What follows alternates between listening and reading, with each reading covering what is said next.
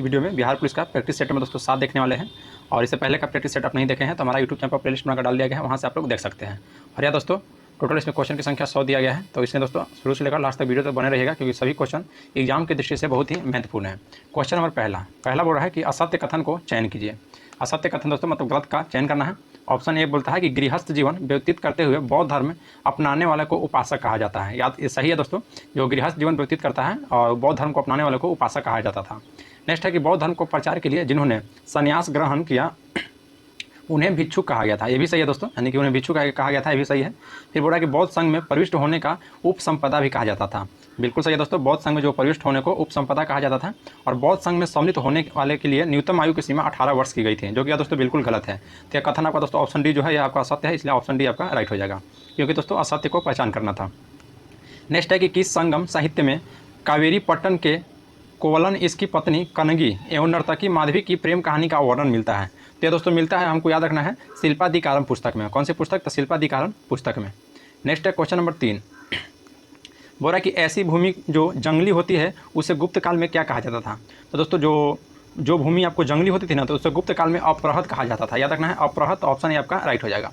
Next है कि अलाउद्दीन खिलजी द्वारा एकता प्रथा समाप्त करने के बाद इसे दोबारा शुरुआत करने का श्रेय किसे जाता है। तो देखिए दोस्तों, जो एकता प्रथा था वह अलाउद्दीन खिलजी जो थे वो इसको समाप्त कर दिए थे, लेकिन दोस्तों पुनः फिर फिरोज शाह तुगलक इसको चालू कर दिया था। किसने? तो फिरोज शाह तुगलक ने।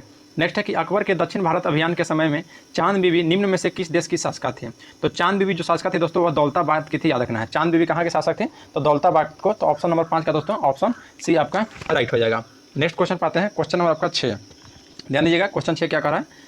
क्वेश्चन 6 बोलता है दोस्तों कि खेरा का युद्ध कब हुआ था।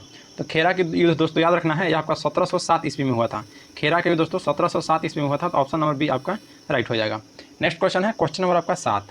क्वेश्चन 7 बोलता है कि डचों ने भारत में अपनी प्रथम व्यापारी कोठी 1605 ईस्वी में कहाँ स्थापित किया था। तो याद रखना है दोस्तों मछलीपट्टनम में, जो डचों के द्वारा व्यापारी कोठी प्रथम स्थापित किया गया था, यह दोस्तों मछलीपट्टनम में किया गया था और वर्ष 1605 में। नेक्स्ट है कि महाराज रंजीत सिंह के क्रमशः विदेश मंत्री एवं वित्त मंत्री निम्न में से कौन थे।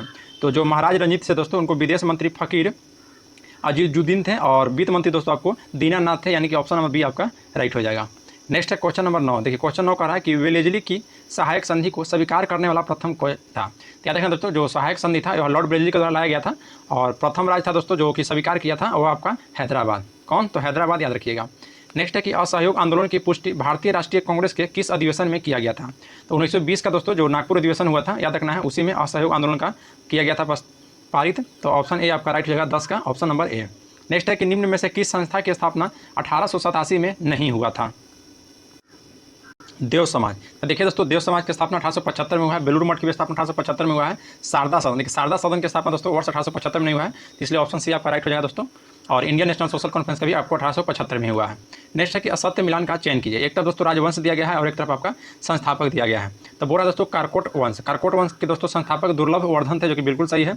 उत्पल वंश के दोस्तों अवंती बर्मन थे संस्थापक, ये भी सही है। लोहार वंश के संस्थापक दोस्तों आपका संग्राम राज थे, जो कि बिल्कुल सही है। गढ़वाल वंश का दोस्तों वासुदेव, जो कि ये आपका असत्य है, इसलिए आपका ऑप्शन डी दोस्तों राइट हो जाएगा, क्योंकि दोस्तों असत्य कथन का आपका चयन करना था। नेक्स्ट है कि राइट ऑफ मैन एवं कॉमन सेंस नामक पत्रिका किसने लिखा है। तो यह दोस्तों आपका टॉमस पेन के द्वारा दोस्तों राइट ऑफ मैन एवं कॉमन सेंस पुस्तक लिखा गया है, याद रखिएगा। नेक्स्ट है कि यदि समाज में क्रांति लानी हो तो क्रांति का नेतृत्व नवयुवकों के हाथ में दे दो, यह कथन किसका था। तो यह कथन जो था दोस्तों जोसेफ मेजनी को। किसका? तो जोसेफ मेजनी को याद रखना है। जोसेफ मेजनी का कथन था दोस्तों कि यदि समाज में क्रांति लानी हो तो क्रांति का नेतृत्व नवयुवकों को हाथ में दे दो, याद रखिएगा। नेक्स्ट है कि सी ऑफ ट्रैंक्विलिटी कहाँ पर स्थित है। तो जो दोस्तों सी ऑफ ट्रैंक्विलिटी है ना, यह आपका चंद्रमा पर अवस्थित है, याद रखिएगा। कहाँ पे? तो चंद्रमा पर। नेक्स्ट है कि असत्य कथन का चयन कीजिए। पहला कथन है कि अस्टेनली जलप्रपात कांगो नदी पर स्थित है। बिल्कुल सही है दोस्तों, अस्टेनली जलप्रपात आपको कांगो नदी पर है। विक्टोरिया जलप्रपात जेमजी नदी पर, यह भी सही है दोस्तों, विक्टोरिया जलप्रपात जेमजी नदी पर है। और आसवन बांध जो कि आपको नील नदी पर अवस्थित है, ये भी सही है दोस्तों। फिर है आपका करीबा बांध नील नदी पर, जो कि बिल्कुल गलत है दोस्तों। करीबा बांध याद रखना आपका नील नदी पर अवस्थित नहीं है। बाकी तीनों दोस्तों आपका कथन सही था और इसमें असत्य का चयन करना था, तो इसलिए ऑप्शन आपका डी हो जाएगा। नेक्स्ट बोल रहा है कि उत्तम आशा अंतरिप यानी कि कैप ऑफ गुड होप की खोज किसने किया था। तो कैप ऑफ गुड होप की खोज दोस्तों याद रखिएगा, यह आपको बार्थोलोम्यू डियाज के द्वारा किया गया है। तो ऑप्शन सी आपका राइट हो जाएगा, बार्थोलोम्यू डियाज। नेक्स्ट है कि जम्मू से श्रीनगर जाने के लिए किस दर्रे का प्रयोग की जाती है। तो जम्मू से श्रीनगर जाने के लिए दोस्तों आपको बनिहाल दर्रा का प्रयोग किया जाएगा। तो ऑप्शन बी राइट हो जाएगा, बनिहाल दर्रा याद रखना है। नेक्स्ट है कि निम्न में से कौन सा बंदरगाह पूर्वी तट पर स्थित नहीं है। पूर्वी तट पर दोस्तों स्थित कौन सा बंदरगाह नहीं है। तो 19 का ऑप्शन सी हो जाएगा, नन्हावा सेवा। नन्हावा सेवा दोस्तों ये आपको पश्चिमी तट पर अवस्थित है, याद रखना है। प्रायद्वीप दोस्तों आपको उड़ीसा में है और जो कि पूर्वी तट में आ जाएगा। एनौर पूर्वी तट में, तुतकोरिन भी आपको पूर्वी तट में आ जाएगा। नेक्स्ट है क्वेश्चन नंबर 20, बोल रहा दोस्तों कि कुमुदवती, वर्धा, मागरी तथा हिंद निम्न में से किसकी सहायक नदी है। तो यह सभी तीनों दोस्तों याद रखना है, आपका तुंगभद्रा नदी की सहायक नदी है वर्धा, कुमुदवती, मगारी और हिंद। इसलिए आपका राइट आंसर हो जाएगा ऑप्शन नंबर ए। नेक्स्ट है कि निम्न में से कौन सा झील भारत में सबसे अधिक ऊंचाई पर स्थित है। तो भारत में सबसे अधिक ऊंचाई पर स्थित झील जो है दोस्तों यह चोलामू झील है, याद रखना है। कौन सा झील, तो चोलामू झील। नेक्स्ट है क्वेश्चन नंबर 22, बोलता है कि लेटेराइट मिट्टी के संबंध में कौन सा कथन असत्य है। पहला बोला दोस्तों कि इसमें आयरन एवं सिलिका की कमी होती है, जो कि दोस्तों बिल्कुल गलत बोल रहा है। लेटेराइट मिट्टी में आयरन और सिलिका की कमी होती है दोस्तों, जो कि बिल्कुल गलत है, इसलिए आपका यह कथन असत्य हो जाएगा। तो 22 का ऑप्शन नंबर ए हो जाएगा दोस्तों। और याद रखना है लेटेराइट जो मिट्टी होता है दोस्तों इसमें उर्वरता सबसे कम होती है।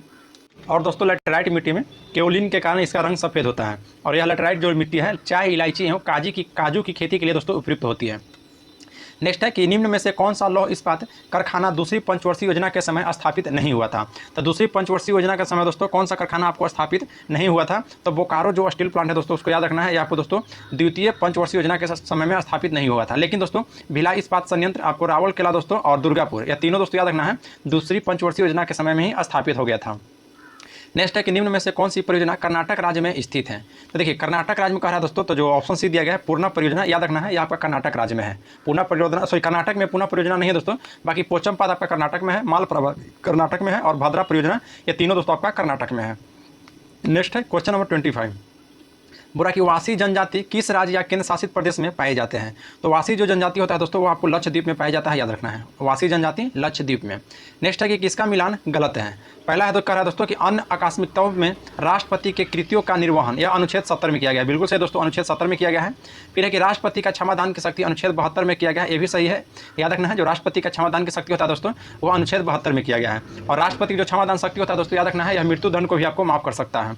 नेक्स्ट है कि राष्ट्रपति का अध्यादेश जारी करने का शक्ति अनुच्छेद 143 में, ये भी सही है दोस्तों।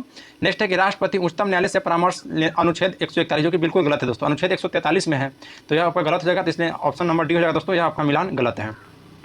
नेक्स्ट है दोस्तों सूची 1 को सूची 2 के साथ करना है। देखिए एक तरफ दोस्तों ब्रह्म समाज से जो इतना भी संबंधित संस्थाएं हैं उसको दिया गया है और एक तरफ दोस्तों संस्थापक आपका नाम दिया गया है। तो देखिए आपका दोस्तों ब्रह्म समाज जो कि 1828 ईस्वी में राजा राम मोहन राय के द्वारा किया गया था, तो आपका दोस्तों ए हो जाएगा। फिर आदि ब्रह्म समाज जो कि 1866 ईस्वी में दोस्तों ब्रह्म समाज ही 2 भागों में टूट गया था, एक आदि ब्रह्म समाज और एक दोस्तों भारतीय ब्रह्म समाज, तो दोनों 1866 में टूटा था दोस्तों ब्रह्म समाज। तो आपको आदि ब्रह्म समाज के नेतृत्व कर रहे थे देवेंद्र नाथ टैगोर और भारतीय ब्रह्म समाज को केशव चंद्र सेन, यानी कि दोस्तों सही से मिलान दोनों सही है। फिर साधारण ब्रह्म समाज की स्थापना दोस्तों 1878 ईस्वी में किया गया था, जो कि आनंद मोहन बोस के द्वारा। दोस्तों तो भारतीय ब्रह्म समाज था वह टूट के दोस्तों साधारण ब्रह्म समाज बन गया था। तो इसका 1 2 3 4 ऑप्शन नंबर आपका सही हो जाएगा, याद रखना है ऑप्शन नंबर 1 2 3 4, क्योंकि दोस्तों सभी आपका सूचीबद्ध सही है। तो 27 का ऑप्शन नंबर ए राइट हो जाएगा। नेक्स्ट है क्वेश्चन नंबर 28, कैबिनेट मिशन योजना के अनुसार जुलाई 1946 ईस्वी में संविधान सभा चुनाव में मुस्लिम लीग ने कितनी सीटें जीती थी। देखिए दोस्तों जो कैबिनेट मिशन योजना के अनुसार जुलाई में 1946 में जो संविधान सभा में चुनाव हुआ था दोस्तों, तो जो मुस्लिम लीग था वह दोस्तों टोटल 73 सीट जीता था। टोटल कितना था, 73 सीट, याद रखिएगा। नेक्स्ट है कि मिलान कीजिए, तब अनुसूची दिया गया है, तो दोस्तों संविधान संशोधन दिया गया है। तो 9वीं अनुसूची या दोस्तों प्रथम संविधान संशोधन 1951 के तहत इसको लाया गया था। 9वीं अनुसूची को याद रखना है। 10वीं अनुसूची की बात किया दोस्तों, तो 10वीं अनुसूची 52वां संविधान संशोधन 1985 के तहत लाया गया है। 11वीं अनुसूची दोस्तों 73वां संविधान संशोधन 1993 के तहत लाया गया। और 12वीं जो अनुसूची है यह दोस्तों 74वां संविधान संशोधन आपका 1993 के तहत लाया गया था। और 11वीं और 12वीं जो आपका अनुसूची है दोस्तों ये आपको 1993 में लाया गया, 73वां और 74वां के तहत, याद रखना है। तो इसका आपका राइट आंसर होगा दोस्तों, यानी कि 2 1 3 4। तो 2 1 3 4 देखिए ऑप्शन डी में दिया गया है, तो ऑप्शन डी आपका राइट होगा 2 1 3 4, यानी कि दोस्तों 29 का ऑप्शन नंबर डी हो जाएगा। नेक्स्ट है क्वेश्चन नंबर 30, बोलता है कि उपराष्ट्रपति के निर्वाचक मंडल में कौन शामिल नहीं है। तो उपराष्ट्रपति के निर्वाचक मंडल में दोस्तों याद रखना है लोकसभा के सभी सदस्य शामिल नहीं हैं, सॉरी लोकसभा के सभी सदस्य दोस्तों शामिल है, यहाँ पर नहीं आपसे कह रहा है। फिर राज्यसभा के निर्वाचित एवं मनोनीत सदस्य ये भी शामिल हैं, लेकिन दोस्तों विधान परिषद के जो मनोनीत सदस्य शामिल नहीं है। और आपका दोस्तों विधानसभा के सभी सदस्य भी आपको शामिल नहीं होता, तो इसलिए ऑप्शन 3 और 4 आपका राइट हो जाएगा। क्वेश्चन नंबर 31 कह रहा है कि किस राज्य या केंद्र शासित प्रदेश में राज्यसभा में प्रतिनिधित्व नहीं है। तो राइट आंसर हो जाएगा 31 का दोस्तों option number A Andaman Nicobar में, याद रखना है अंडमान निकोबार में दोस्तों राज्यसभा का प्रतिनिधित्व यहाँ पर नहीं है। नेक्स्ट है कि उच्च न्यायालय के न्यायाधीशों की नियुक्ति के लिए राष्ट्रपति किससे परामर्श कर सकता है। तो उच्च न्यायालय के दोस्तों न्यायाधीशों की जो नियुक्ति के लिए आपको याद रखना है जो सर्वोच्च न्यायालय के मुख्य न्यायाधीश है दोस्तों, उनसे परामर्श ले सकते हैं। तो ऑप्शन नंबर ए आपका राइट हो जाएगा, 32 का ऑप्शन नंबर ए। नेक्स्ट है कि भारत सरकार का सर्वप्रथम विधि अधिकारी कौन होता है। तो केंद्र सरकार के पूछा दोस्तों तो आपका हो जाएगा महान्यायवादी, और आपका राज्य सरकार के पूछता तो आपको हो जाता है दोस्तों महाधिवक्ता, याद रखना है। राज्य सरकार का महाधिवक्ता और भारत सरकार का महान्यायवादी होता है। तो 33 का ऑप्शन ए हो जाएगा। नेक्स्ट बात है क्वेश्चन नंबर आपका 34, बोल रहा है कि नीति आयोग के संदर्भ में कौन सा कथन असत्य है। पहला कथन है कि नीति आयोग की स्थापना 2015 में मंत्रिमंडल के प्रस्ताव के तहत की गई थी, बिल्कुल सही है दोस्तों। और यह सरकार के लिए दोस्तों थिंक टैंक के रूप में कार्य करती है, थिंक टैंक के रूप में कार्य करती है, ये भी सही है। और नीति आयोग की अध्यक्षता प्रधानमंत्री करता है, ये भी सही है दोस्तों। बोल रहा है कि नीति आयोग के प्रथम उपाध्यक्ष गुलजारी लाल नंदा थे, जो कि बिल्कुल गलत है। नीति आयोग के प्रथम उपाध्यक्ष दोस्तों गुलजारी लाल नंदा नहीं थे, इसलिए ऑप्शन डी आपका हो जाएगा। नेक्स्ट है कि निम्न में से कौन सा संशोधन अधिनियम मिनी संविधान यानी कि दोस्तों लघु संविधान माना जाता है। तो देखिए 42वां संविधान संशोधन अधिनियम जो 1976 है दोस्तों, इसे लघु संविधान या मिनी संविधान के नाम से जाना जाता है। तो 35 का ऑप्शन नंबर सी आपका राइट हो जाएगा। नेक्स्ट क्वेश्चन है क्वेश्चन नंबर 36। क्वेश्चन 36 कहा कि भारत में पंचायती राज व्यवस्था को शिल्पी किसे कहा जाता है। तो भारत में दोस्तों पंचायती राज व्यवस्था का जो शिल्पी कहा जाता है वह BR मेहता को, याद रखना है BR मेहता को। नेक्स्ट है कि प्राकृतिक कृषि का अन्वेषक है। तो प्राकृतिक कृषि का अन्वेषक दोस्तों मशीनोबू फकुओका है, याद रखना है। ऑप्शन नंबर ए आपका राइट है दोस्तों, मशीनोबू फुकुओका, 37 का ऑप्शन नंबर ए। नेक्स्ट है दोस्तों कि कार्टागेना प्रोटोकॉल का संबंध किससे है। तो कार्टागेना प्रोटोकॉल का संबंध जैव सुरक्षा समझौते से है, याद रखना है, जैव सुरक्षा समझौता से। नेक्स्ट है कि सतत विकास के लिए आवश्यक है। तो सतत विकास के लिए आपको आवश्यक क्या है। तो जैविक विविधता का संरक्षण सही है, प्रदूषण का निरोध एवं नियंत्रण ये भी सही है, और निर्धनता की घटाना ये भी सही है दोस्तों। तो ऑप्शन डी हो जाएगा उपयुक्त सभी। नेक्स्ट है दोस्तों कि सूची 1 को सूची 2 के साथ सम्मिलित कीजिए और नीचे दिए गए कोड का प्रयोग करके सही उत्तर का चयन कीजिए। देखिए दोस्तों एक तरफ इकाई दिया गया है, एक तरफ दोस्तों उसका नापन जो है उस इकाई से हम क्या मापते हैं। तो वाट, तो वाट का हो जाएगा दोस्तों आपका शक्ति, या ध्यान रखना है वाट का क्या हो जाएगा आपका, तो शक्ति हो जाएगा। फिर नॉट, नॉट जो है दोस्तों यह आपको समुद्री जहाज की गति दोस्तों हम लोग किस में मापते हैं, नॉट में। तो आपका हो जाएगा यानी कि 3 है, 2 में हो जाएगा दोस्तों आपका 3 यानी कि समुद्री जहाज की गति। और नॉटिकल मील जो है दोस्तों आपका नौ संचालन से संबंधित है, और कैलोरी आपका उष्मा हो जाएगा। तो यानी याद रखना है कैलोरी किसकी इकाई है, तो उष्मा की इकाई है दोस्तों। और नॉटिकल मील किसकी है, तो नॉटिकल मील दोस्तों आपको नौ संचालन की इकाई है। और नॉट हो जाएगा दोस्तों समुद्री जहाज की गति। तो हो जाएगा आपका 4 एक मिनट दोस्तों 4 3 2 1 4 3 2 ऑप्शन सी हो जाएगा 4 3 2 1। चलिए नेक्स्ट है दोस्तों क्वेश्चन नंबर 41। ठीक है 41 कह रहा है कि हरे और लाल रंगों को मिलाकर निम्नलिखित में से कौन सा रंग प्राप्त किया जा सकता है। हरे और लाल कह रहा है दोस्तों, यानी कि RGB दोस्तों जिसका ट्रिक जो है तो हरे और यानी कि ग्रीन और रेड है। तो ग्रीन और रेड से जो मिलाकर रंग बनेगा दोस्तों वह आपका पीला बन जाएगा। तो ऑप्शन डी आपका राइट हो जाएगा पीला। नेक्स्ट है कि अवतल लेंस हमेशा किस प्रकार का प्रतिबिंब बनाता है। तो जो अवतल लेंस है दोस्तों वह हमेशा आभासी प्रतिबिंब बनाता है, याद रखना है, हमेशा आभासी प्रतिबिंब। क्वेश्चन नंबर 43 कह रहा है कि दो स्थिर आवेशों के बीच लगने वाला बल उनकी मात्राओं के गुणनफल के व्युत्क्रमानुपाती तथा उनके बीच की दूरी वर्ग के व्युत्क्रमानुपाती होता है। यह दोस्तों नियम किसका है, तो यह दोस्तों नियम आपका कूलॉम का नियम है, याद रखिएगा। नेक्स्ट है अस्थायी चुंबक किसने बनाया जा सकता है। देखिए दोस्तों अस्थायी चुंबक किससे बनाया जा सकता है। तो अस्थायी चुंबक याद रखना है आपको दोस्तों इस्पात से बनाया जा सकता है अस्थायी चुंबक। तो ऑप्शन डी आपका राइट रहेगा दोस्तों, अस्थायी चुंबक आपको इस्पात से बनाया जाता है। नेक्स्ट है क्वेश्चन 45 कि परमाणु बम का सिद्धांत आधारित है। तो परमाणु जो बम है दोस्तों यह किस पर कार्य करती है, तो नाभिकीय विखंडन के द्वारा, याद रखना है, परमाणु बम नाभिकीय विखंडन के द्वारा कार्य करती है। और हाइड्रोजन दोस्तों नाभिकीय संलयन।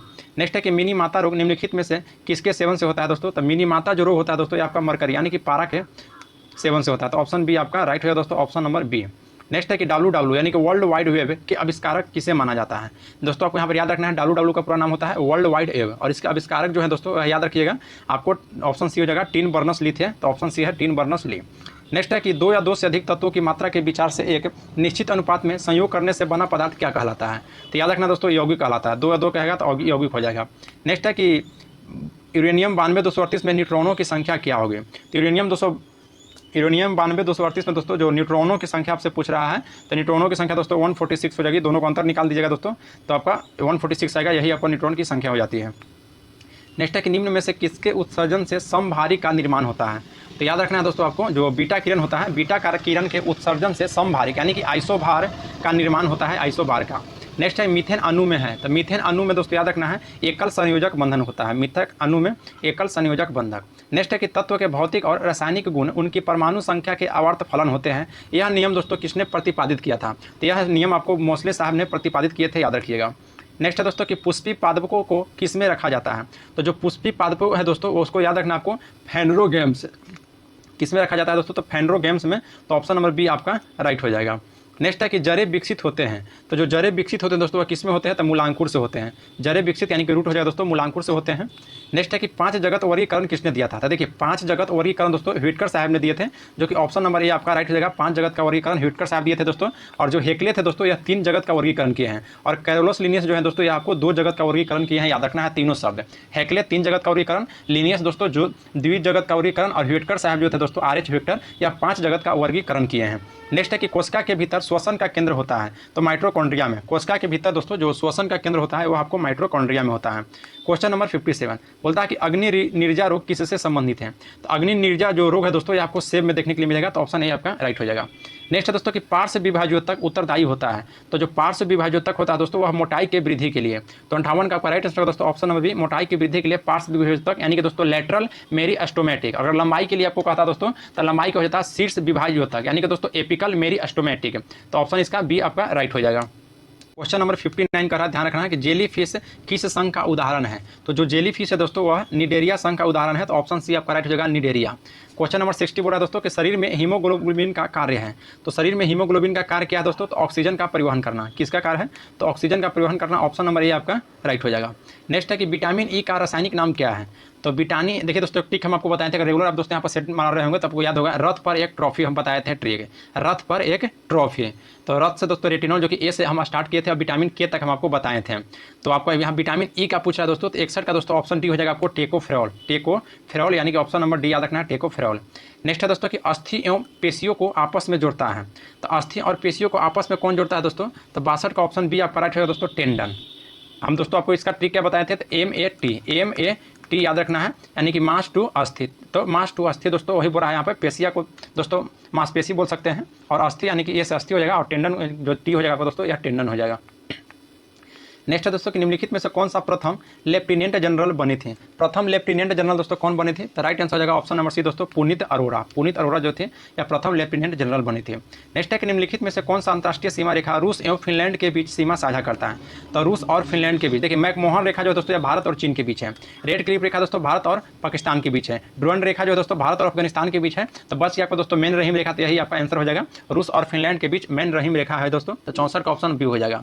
नेक्स्ट है कि पश्चिमी एशिया आर्थिक आयोग संगठन का मुख्यालय अवस्थित है, तो यह दोस्तों आपका बगदाद में है, याद रखना है कहाँ में है दोस्तों, तो आपका बगदाद में। और देखिए ऑप्शन जो डी दिया गया है पेरिस दोस्तों, ये आपका यूनेस्को का मुख्यालय यहाँ पर पेरिस में, याद रखना है, और यूनेस्को की स्थापना दोस्तों वर्ष 1945 में किया गया है। नेक्स्ट है क्वेश्चन नंबर 66, उस्ताद बिंदु खां किस वाद्य यंत्र के लिए प्रसिद्ध है, तो उस्ताद बिंदु खां दोस्तों याद रखना है सारंगी के लिए, किसके, तो सारंगी के लिए। नेक्स्ट है कि lectures from Colombo to Almora पुस्तक के लेखक कौन है, तो यह दोस्तों आपको 67 का ऑप्शन ये हो जाएगा विवेकानंद। विवेकानंद दोस्तों याद रखिएगा। नेक्स्ट क्वेश्चन है क्वेश्चन नंबर 68, बोलता है दोस्तों कि राष्ट्रीय भूभौतिक अनुसंधान संस्था, ये आपको दोस्तों हैदराबाद में अवस्थित है, राष्ट्रीय भूभौतिक अनुसंधान संस्था। नेक्स्ट है कि ओलंपिक महिला कुश्ती में कांस्य पदक जीतने वाली प्रथम भारतीय महिला कौन बनी, तो यह दोस्तों आपको साक्षी मलिक बनी थी, याद रखिएगा साक्षी मलिक। नेक्स्ट है कि वियंतियान किस देश की राजधानी है, तो वियंतियान दोस्तों ये आपका किस देश की राजधानी है, देखिए लेबनान की राजधानी दोस्तों आपका बेरूत हो जाएगा, तो आपका दोस्तों जो वियंतियान है आपको दोस्तों लाओस की राजधानी है, तो 70 का ऑप्शन बी हो जाएगा, लाओस की राजधानी वियंतियान है, याद रखना है। और लेबनान की आपकी मुद्रा की बात की जाए दोस्तों, तो लेबनान की मुद्रा आपका पाउंड है, जो इसका राजधानी बेरूत है। चलिए नेक्स्ट है कि अर्जुन पुरस्कार पाने वाली प्रथम भारतीय महिला कौन थी, अर्जुन पुरस्कार पाने वाली दोस्तों प्रथम भारतीय महिला थी एल लम्सेडन। एल लम्सेडन थे दोस्तों, ऑप्शन नंबर ये आपका राइट हो जाएगा। नेक्स्ट है कि अंतर्राष्ट्रीय मानवाधिकार दिवस किस दिन मनाया जाता है, तो यह दोस्तों 10 दिसंबर को अंतर्राष्ट्रीय मानवाधिकार दिवस मनाया जाता है, 10 दिसंबर को। नेक्स्ट है कि भारतीय मानव विज्ञान सर्वेक्षण संस्था की स्थापना किस वर्ष हुआ था, तो यह स्थापना दोस्तों याद रखना है आपको वर्ष 1945 में हुआ था, भारतीय मानव विज्ञान सर्वेक्षण संस्था के। नेक्स्ट है कि स्टैचू ऑफ लिबर्टी किस देश की राष्ट्रीय स्मारक है, तो स्टैचू ऑफ लिबर्टी दोस्तों ये आपका न्यूयॉर्क की है, ऑप्शन आपका सी राइट हो जाएगा, न्यूयॉर्क। चलिए नेक्स्ट क्वेश्चन पाते हैं, क्वेश्चन नंबर दोस्तों आपका 75, राइट्स किस देश की समाचार एजेंसी है, तो राइट्स दोस्तों याद रखना है या किस देश की समाचार एजेंसी है, तो आपका दोस्तों ब्रिटेन की है, राइट्स ब्रिटेन की है। नेक्स्ट है कि किस राज्य सरकार के द्वारा जेलों को नाम बदलकर सुधार गृह कहा गया है, सुधार गृह, तो याद रखना दोस्तों जो आपका उत्तर प्रदेश राज्य है यहाँ पर जेलों का नाम बदलकर दोस्तों सुधार गृह कर दिया गया है। नेक्स्ट है कि हाल ही में किस देश ने इटली को हराकर अपना पहला फीफा अंडर 20 विश्व कप जीता है, तो यह दोस्तों राइट आंसर हो जाएगा ऑप्शन नंबर बी, उरुग्वे को हराकर, ऑप्शन बी आपका राइट हो जाएगा। नेक्स्ट है कि हाल ही में भारत की कौन सा हवाई अड्डा निःशुल्क रीडिंग लाउंज प्रदान करने वाला भारत का पहला हवाई अड्डा बन गया है, तो यह आपका दोस्तों लाल बहादुर शास्त्री हवाई अड्डा, लाल बहादुर शास्त्री हवाई अड्डा। क्वेश्चन नंबर आपका 29, चोल काल से संबंधित देवता की चोरी हुई मूर्ति ऑस्ट्रेलिया से प्राप्त कर तमिलनाडु सरकार को सौंपी गई थी। तो यह दोस्तों भगवान हनुमान की, याद रखना है भगवान हनुमान की। नेक्स्ट है कि राज्य ऊर्जा दक्षता सूचकांक 21-22 के फ्रंट रनर श्रेणी कौन से राज्य है दोस्तों? तो राइट हो जाएगा ऑप्शन नंबर बी, 5 राज्य है दोस्तों, जो कि आंध्र प्रदेश, कर्नाटक, केरल, राजस्थान और तेलंगाना। नेक्स्ट है दोस्तों, देखिए आपका मैथ है दोस्तों, तो मैथ आप लोग यहाँ से बना लीजिएगा, हम इसका दोस्तों पीडीएफ दे देंगे आपको, मैथ और रीजनिंग, वहाँ पर दोस्तों आपको आंसर भी वहाँ पर रहेगा। तो चलिए हम लोग नेक्स्ट है दोस्तों क्वेश्चन नंबर 91 बोल रहा है, मैं हिंदी है दोस्तों, कि उद्योग का लेना न माधो का देना का अर्थ क्या होता है? तो उद्योग का लेना और न माधो का देना का अर्थ दोस्तों आपको याद रखना है, यह आने काम से काम, मतलब दोस्तों अपने काम से काम हो जाएगा। नेक्स्ट है कि समाज के पदों को अलग करने को क्या कहा जाता है? तो समाज के जो पद है दोस्तों उसको अलग करने को विग्रह कहा जाता है, विग्रह। नेक्स्ट है संकर शब्द का अर्थ क्या है? तो संकर शब्द का जो अर्थ है दोस्तों कि दो भाषाओं को शब्द से मिलकर बनना, दो भाषाओं को शब्द से मिलकर बनना शब्द जो आपका संकर हो जाएगा। नेक्स्ट है कि प्रतिदिन किस प्रकार की क्रिया विशेषण है? तो प्रतिदिन जो दोस्तों है आपको याद रखना है कालवाचक क्रिया विशेषण, कालवाचक प्रकार की दोस्तों क्रिया विशेषण है। नेक्स्ट है दोस्तों क्वेश्चन नंबर 95 बोल रहा है कि निर्धन में कौन सी संधि है?